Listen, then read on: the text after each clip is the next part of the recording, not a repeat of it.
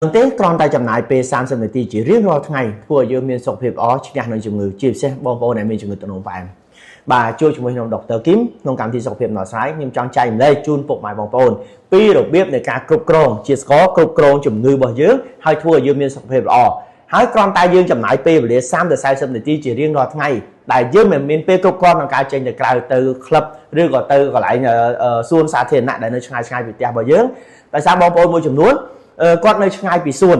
បាទសួនច្បារដែលគាត់អាចទៅហាត់ប្រាណឬក៏គាត់អត់មានពេលវេលាក្នុងការទៅក្លឹបដើម្បីក្នុងការហាត់ប្រាណតើយើងធ្វើយ៉ាងម៉េចដើម្បីយើងអាចទទួលបានសុខភាពល្អដូចគេអញ្ចឹងបើយើងនៅតែផ្ទះតើយើងអាចធ្វើយ៉ាងម៉េចបាទងាយបំផុតពុកម៉ែបងប្អូនចំណាយពេល30ទៅ40នាទីជារៀងរាល់ថ្ងៃឬក៏មួយថ្ងៃឲ្យបាន2ដងបើសិនជាគីឡូរបស់យើងខ្ពស់គីឡូរបស់យើងធ្ងន់យើងមានក្បាលពោះច្រើន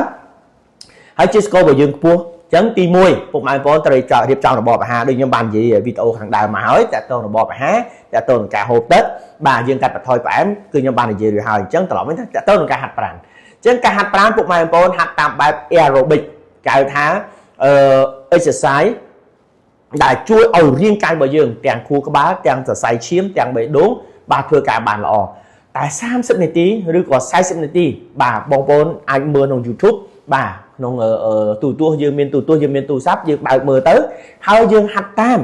ការឈររាំតាម app aerobic នេះគឺល្អមែនទែនទី1ធ្វើឲ្យសាច់ដុំរបស់យើងមានភាពស្វាហាប់ធ្វើឲ្យចលនារបស់យើងមានភាពរហ័សរហួនធ្វើឲ្យសន្លាក់របស់យើងដែលបងប្អូនមានបញ្ហាឈឺសន្លាក់អ្នកមីងលពូដែលមានបញ្ហាឈឺសន្លាក់ហ្នឹង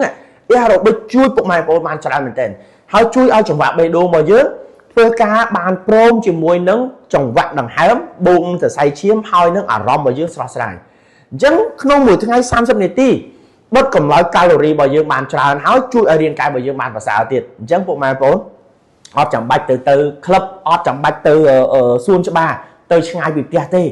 យើងមានពេលវេលាធ្វើការនៅផ្ទះតែពុកម៉ែបងប្អូនទៅបែងចែកឲ្យដាច់រវាងការហាត់ប្រាណបូកនឹងសកម្មភាពការងារក្នុងផ្ទះពុកម៉ែបងប្អូនមួយចំនួនគាត់ច្រឡំថាគាត់លាងចានគាត់បោលផ្ទះគាត់បោលកៅអៅបែកញើសហូរញើសរាល់ថ្ងៃដូចជាការហាត់ប្រាណមិនមែនទេនោះគឺជាសកម្មភាពប្រចាំថ្ងៃដែលមិនមែនជាការហាត់ប្រាណការហាត់ប្រាណបានន័យថាទី1ខួរក្បាលរបស់យើងបានន័យថាផ្លូវដង្ហើមរបស់យើងខួរក្បាលនិងអារម្មណ៍របស់យើងធ្វើការព្រមគ្នាបូកនឹងចលនារបស់យើងធ្វើការច្រើននាទីចាប់ពី20ទៅ30នាទីទៅបាទអញ្ចឹងហើយទើបធ្វើឲ្យសាច់ដុំរបស់យើងឡើងកម្ដៅដែលអាចដុតកម្លោចកាឡូរីបានដុតកម្លោចជាតិខ្លាញ់បានអញ្ចឹងនៅពេលដែលយើងធ្វើការចាប់ពី30ទៅ40នាទី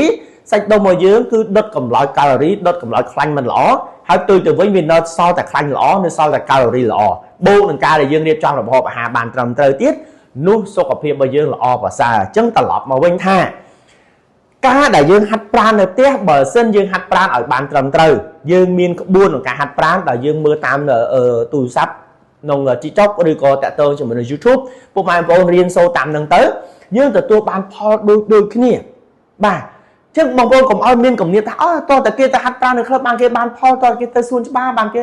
សំខាន់ថាកន្លែងហាត់ប្រាណរបស់យើងបរិស្ថានល្អមានខ្យល់ចេញចូលបាទមិនមានកន្លែងណាឬក៏ក្លិនអាប់អួរនៅក្នុងកន្លែងដែលយើងហាត់ប្រាណទេព្រោះជៀសវាងបើសិនបងប្អូនហាត់នៅកន្លែងដែលបន្ទប់បិទជិតអត់មានខ្យល់ចេញចូលគ្រោះថ្នាក់បំផុតគ្រោះថ្នាក់ជាងការដែលយើងមិនហាត់ប្រាណព្រោះនៅពេលដែលយើងកាន់ហាត់ប្រាណយើងកាន់តែហត់សួតរបស់យើងវាត្រូវការខ្យល់អញ្ចឹងការដង្ហើមដកចេញហើយដកចូលបានច្រើនអញ្ចឹងបើសិនជាខ្យល់នេះជាខ្យល់ល្អធម្មជាតិធ្វើឲ្យអុកស៊ីហ្សែនក្នុងឈាមរបស់យើងកើនឡើងតែបើសិនខ្យល់ដែលយើងដកដង្ហើមមកមានជាតិពុលធ្វើជាតិពុលកើនឡើងក្នុងសរសៃឈាមរបស់យើងអាចធ្វើឲ្យពុលដល់ថ្លើមអាចពុលដល់ខួរក្បាលបាទពុលដល់សួតរបស់យើងពុលដល់សរសៃឈាមរបស់យើងគឺគ្រោះថ្នាក់បំផុតអញ្ចឹងពុកម៉ែបងប្អូនត្រូវតែមានសុវត្ថិភាពថាកន្លែងដែលយើងហាត់ប្រាណគឺជាកន្លែងល្អមានខ្យល់និងមានក្លិនបាទมันមានភាពឆ្អេះឆ្អាបនៅកន្លែងដែលយើងហាត់ប្រាណអញ្ចឹង30នាទីឬក៏40នាទីក្នុងមួយថ្ងៃ2ដងគឺល្អបំផុតសម្រាប់បងប្អូនដែលមានបញ្ហាសរសៃឈាមមានបញ្ហាលឺជាតិស្ករឬហៅថាជំងឺទឹកនោមផ្អែមនេះឯងបាទអញ្ចឹងសង្ឃឹមថាចំណេះដឹងមួយនេះជួយដល់ពុកម៉ែបងប្អូនលែងមានការបារម្ភថាតើទៅក្លឹបបានហាត់ប្រាណទៀតបានហាត់ប្រាណបានអញ្ចឹងនៅផ្ទះក៏យើងហាត់ប្រាណបានដូចគ្នាអញ្ចឹងគ្រប់យ៉ាងទាំងអស់បាទខ្ញុំនឹងព្យាយាមចែកម្លែកជូនពុកម៉ែបងប្អូនដើម្បីទទួលបានសុខភាពល្អទាំងអស់គ្នាបាទពីខ្ញុំដុកទ័រគីមអរគុណជំរាបលា